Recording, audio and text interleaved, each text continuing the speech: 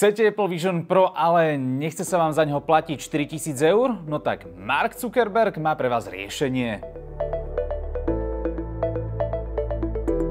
Toto je Meta Quest 3, ktorá prešla oproti Quest 2 alebo Pročku výraznými vylepšeniami a teraz už tento headset nie je iba taká virtuálna realita na hry, ale dokážete využiť naplno aj rozšírenú realitu v bežnom pracovnom dni.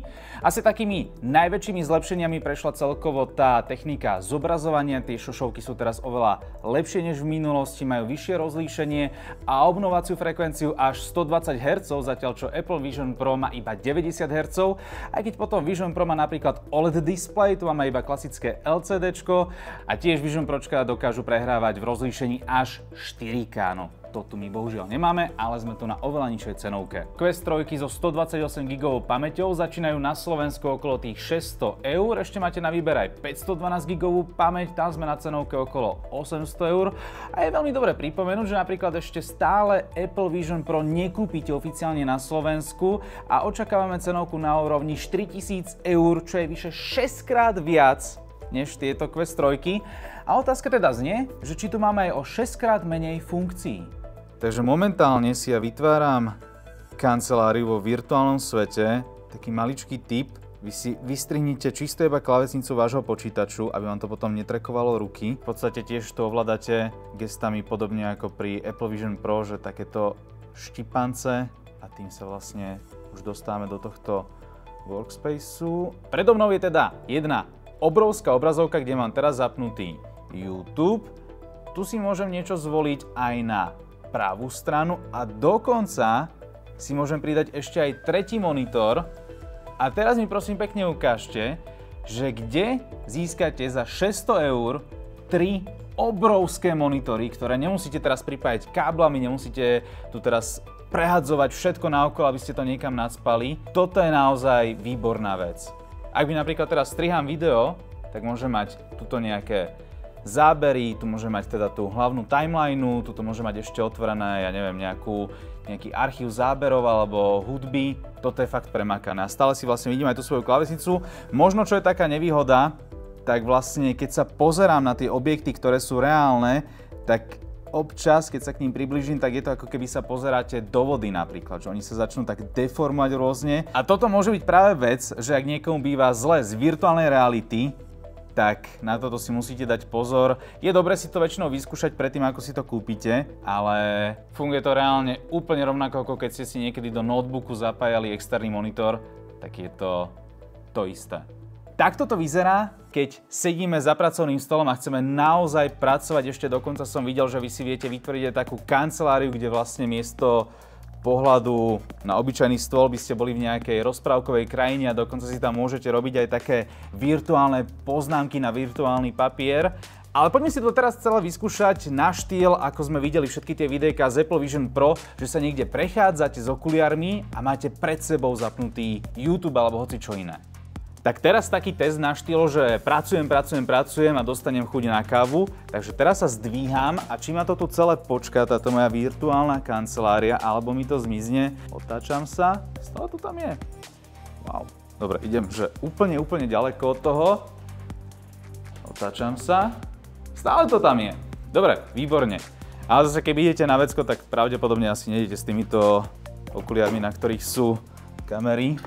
Notebook nechávam notebookom, mám tu iba takúto spodnú lištu a teraz môžete vidieť, že rozdiel oproti tej minulej generácii, nemusí mať v ruke tie ovládače, tie joysticky, už to dokáže aj celkom presvedčivo trackovať gestá a takto si ja môžem zobrať tú lištu, preniesť ju niekam úplne inám.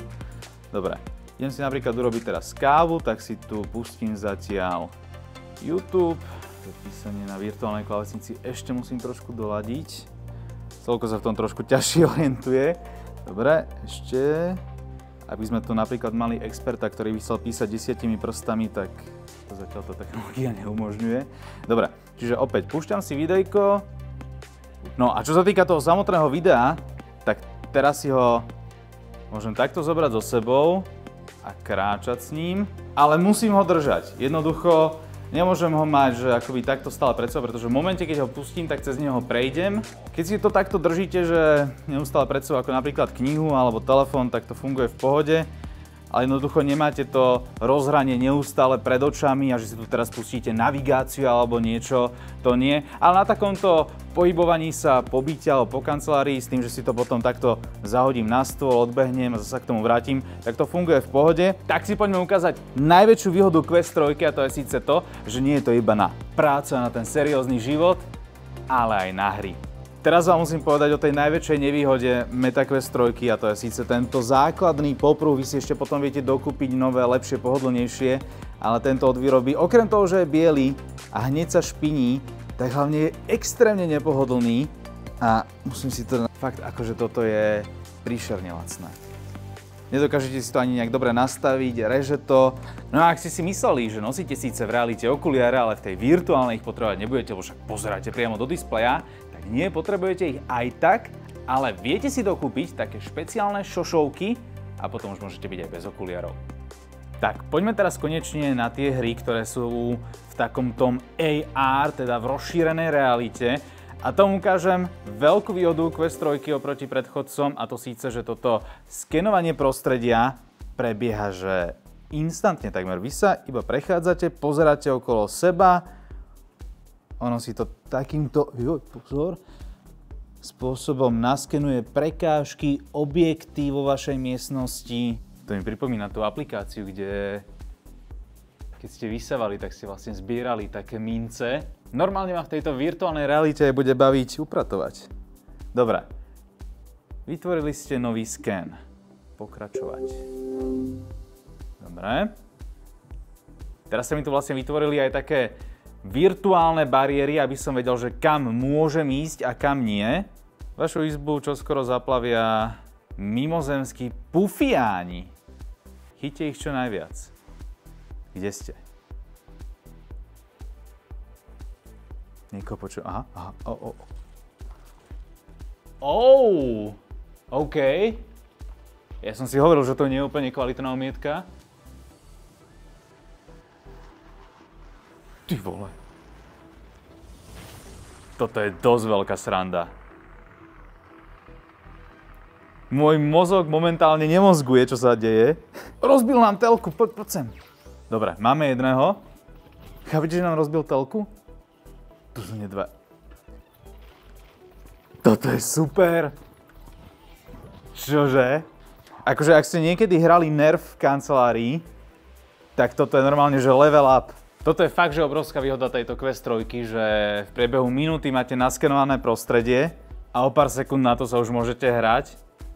A neustále vidíte, že teda kde máte stolík, kde máte nejaké svetla, prípadne ak ste v štúdiu, že do ničoho nenabúrate. Tá proste imerzia do toho priestoru je neuveriteľná.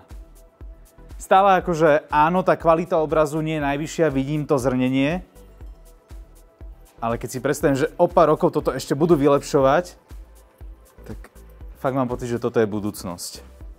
Teraz sme jednoducho tej úrovni technológie, keď boli dotykové telefóny prvé a my sme sa tam tešili z tých aplikácií, ako bol ten gyroskop, že pijete pivo alebo strieľate zo zbraní, tak nikde tam sme. Do 5 rokov, vážení, smartfóny môžu byť minulosť.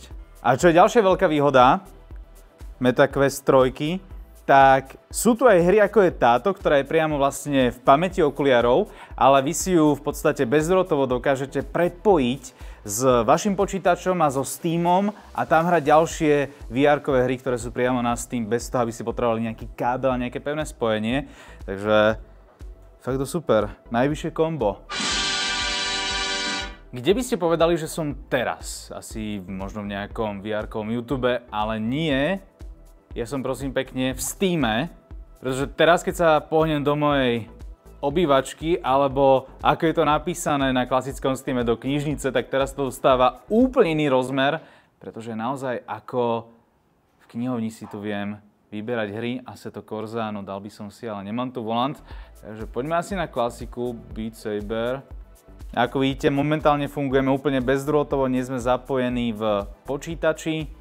Potom, ak by ste náhodou potrebovali, že stíšiť alebo dať hlasnejšie hru, tak tuto zo spodu sú tlačidlá, ktorými ovládate hlasitosť a potom si dokážete aj prispôsobiť vlastne šírku očí, že ak niekto má tvár ako sit z doby ľadovej, tak viete mať úplne ďaleko od seba tie oči a šošovky. A ak napríklad teraz krízová situácia, že do miestnosti vám vletí mama a napriek tomu, že vám to hučí Beat Saber, tak ju počujete, že niečo chce, tak takto poklepkám a okamžite ma to dá späť do reality. Takže nemusíte vypínať celú hru nejak komplikovane, alebo si to dávať dole z očí, ale proste takto poklipkáte a ste tam, alebo sa rovno aj vrátite späť do hry. Poďme teraz ale k najväčšej nevýhode tejto srandy a to je výdrž batérie, pretože v scenári, kde iba pozeráte nejaké videjko na YouTube, máte vypnuté trackovanie rúk, tak áno, viete sa dostať na nejaké 2 hodinky. Ale v prípade, že využívate všetky funkcie, máte zapnutú teda tú rozšírenú realitu a hráte nejakú hru, ako ste mohli vidieť aj predtým, tak tam sa dostávame 60 minút, 90 minút, to je taký, že úplne strop. Čo je ale super, viete to využívať úplne najobyčajnejšiu powerbanku, takže keď si ju dáte niekam do vačku alebo do ruksaku, tak môžete s tým ísť niekam aj von, alebo keď v kancelárii, tak si to normálne zapojíte do zásuvky a viete s tým pracovať, aj keď to nabíjate práve. A čo sa týka tej rýchlosti nabíjania, tak v podstate platí, že keď to bude 15 minút v zásuvke, tak aj 15 minút nabijete. Má teda MetaQuest 3 6-krát menej funkcií než Apple Vision Pro? Ako sme mohli vidieť, tak nie. Sú si veľmi podobné, ale treba priznať, že každú jednu robí Meta o trošičku horšie. Predsa len nemáme túto trackovanie tváre alebo očí a taktiež zatiaľ, čo tu máme 7 kamier, tak na Apple nájdeme až 12. Na druhú stranu, toto je skvelý kompromis medzi tým herným svetom a svetom produktivity a v takejto cenovej kategórii asi je toto najlepšie VR-ko, ktoré dnes na trhu je. A to je z dnešného videa aj všetko. Takže ak sa vám páčilo, tak určite sa hoďte like a odber a na budúce si nás zapnite v akejkoľvek realite.